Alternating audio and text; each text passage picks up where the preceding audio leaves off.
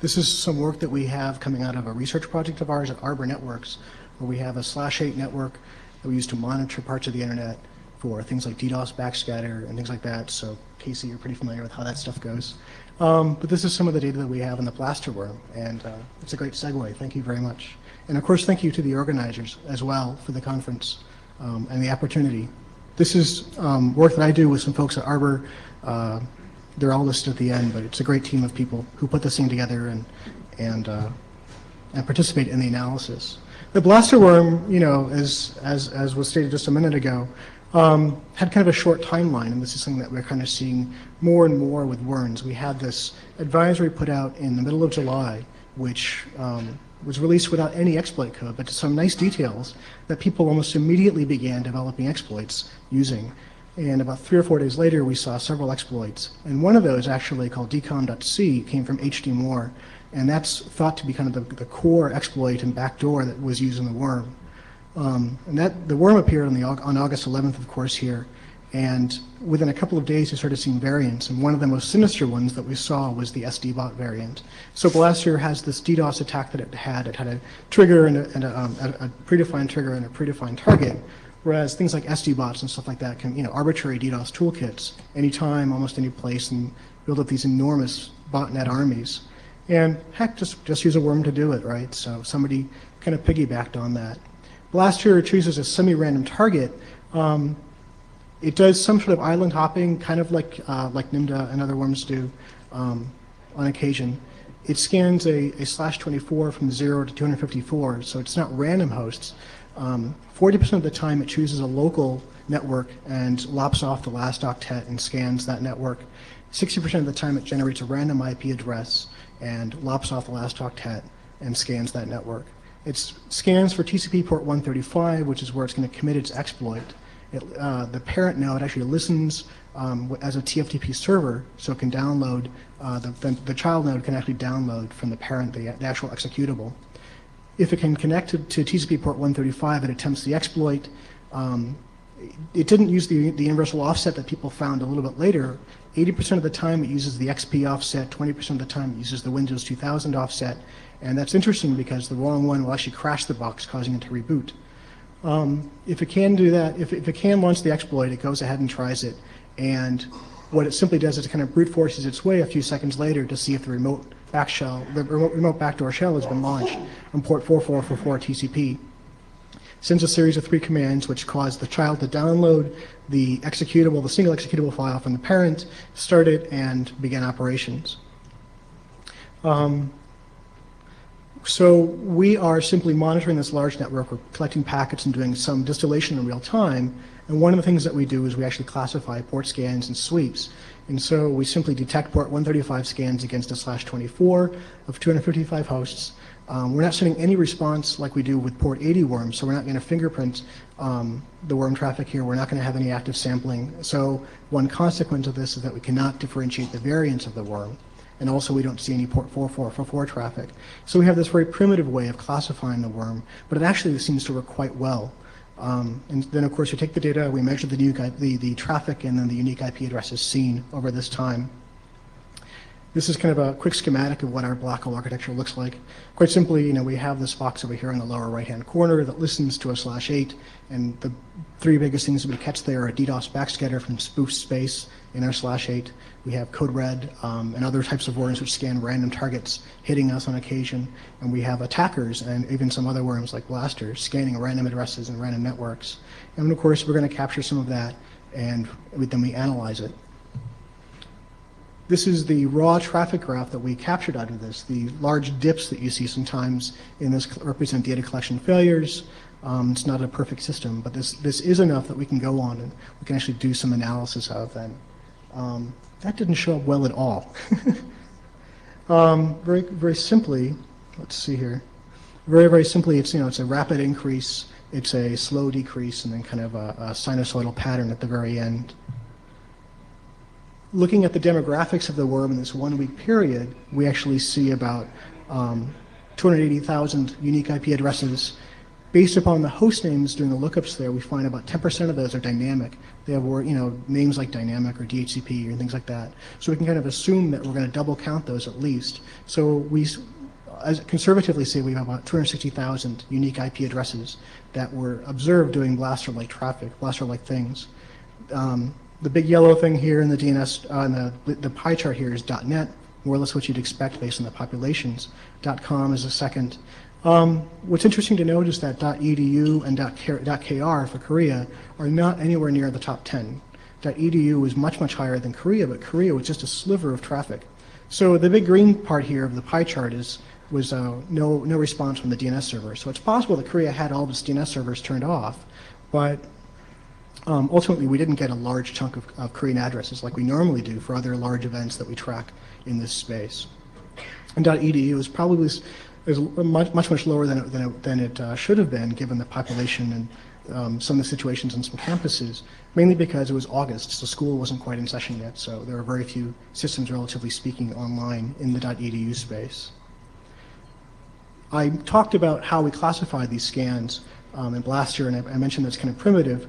Shown here in this graph is kind of the first 10 or 11 days of August, where we can kind of see where we have about 4 to 12 port 135 scan sources per hour. And before the release of the advisor, we saw maybe 4 to 12 a week in this space. So very, very few, very, very low signal, or very, very low noise in our signal. There are some spikes in the graph here that you can see, and these correspond, we believe, based upon looking at list traffic and other things, to toolkits that are designed to actively scan large networks and root boxes, essentially, with one of the most popular ones being from a group called Chaotic, for example. And at the very, very end here, you can see the actual blaster run traffic taking off kind of like a rocket. So the actual growth rate of the worm is shown here in this graph. Again, doesn't show up too well, my bad. We fit it to a simple constrained growth model where we have a logistical growth equation. I fit it to a very simple Boltzmann equation because it's what I know, and it only has a few variables in it. We find is that at the peak we have close to 16,000 unique sources per hour in our data set. We have a minimum doubling time of our maximum doubling time of about 2.3 hours, and we never hit this large plateau value at the top, so we don't get an accurate measurement of how steep it was kind of at the steepest. It never really gets a chance to slow down gracefully. It's not a true sigmoidal curve. So on the basis of this, we get kind of an incomplete data set for analyzing the doubling time. So at a maximum, it's about 2.3 hours or 2.2 hours. The effective routing on this, to kind of go along with the previous talk, is in some sense it was very similar to Sapphire in the sense that this similar number of routes dropped out of our monitors. About 3,000 or 4,000 dropped out. The inset here shows Sapphire traffic and the effect on routing, and the larger graph is from Blaster, but it was much less pronounced than we saw with Blaster, in fact, than we saw with Sapphire on the routing tables, which is probably, my initial guess is probably why you guys didn't catch it as an instability marker. It was a little more graceful, and so it didn't kind of trigger your thresholds, essentially. Almost immediately, within about 6 hours of the worm's introduction, we began seeing a dramatic decrease in the amount of worm traffic. And we believe that this is due to people starting to install these very simple filters on their networks and pushing them down kind of to the leaf nodes, essentially, of their networks. Fitting it to a very simple single exponential equation, we come up with about 10.4 hours of a half-life of blaster activity. Again, there's kind of a dip in here due to data loss. This is a time span here, shown here, of about 5 days. And we pretty much stopped seeing people cleaning up their networks at the end of about that 5 days. It started about 4 to 6 hours after the worm was kind of announced and pretty much identified. Part of this is because it's quite trivial to filter this worm as opposed to CodeRad or NIMDA. You simply install a filter, a simple shun, for example, on a PIX would do it, as opposed to having to selectively filter out traffic that's used quite legitimately across the backbone of the internet. So we saw quite a number of operators installing filters very, very quickly and working very quickly to contain the worm spread, which is a pretty good thing. I think we're learning a lot in that respect. At the end of that time period, when we saw the end of the decrease, we actually see this kind of circadian pattern of blaster activity. suggesting that these are machines that get turned on as the day starts and turned off when people go home or something like that. The peaks start out near midnight Eastern Daylight Time, but kind of start drifting throughout the day. One of the things I thought would kind of indicate where this was centered was looking at the DNS lookups. However, it's a global top-level domain distribution within this time span. And there's also a slight increase kind of in the mean value when you go from the from about the 20th through the 26th or so, and then it drops down again.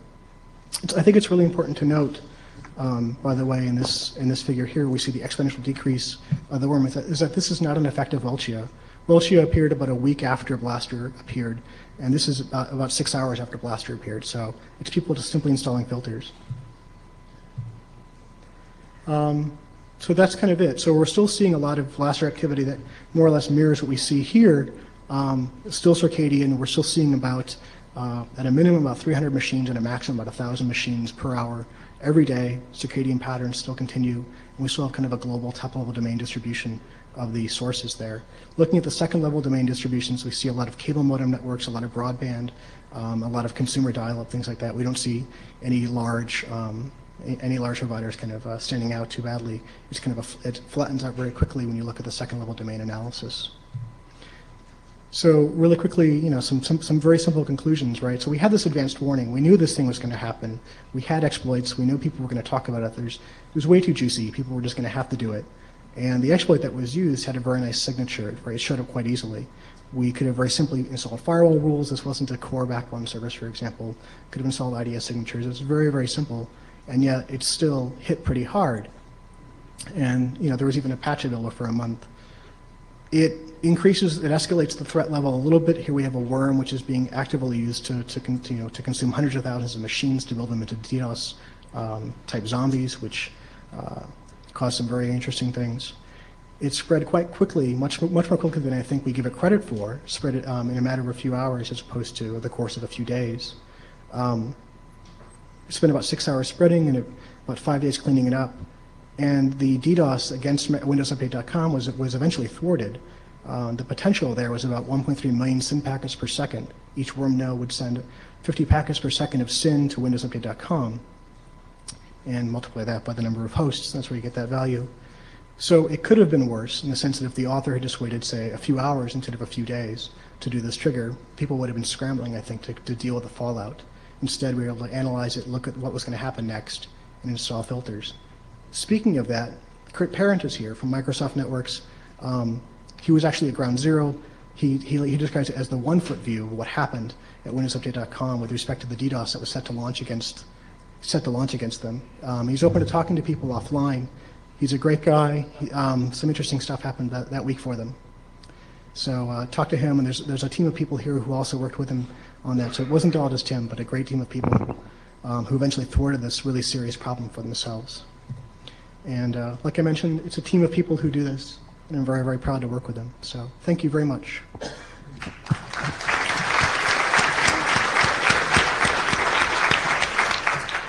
So we have time for a question or two, and then Susan will make her magical ending comments.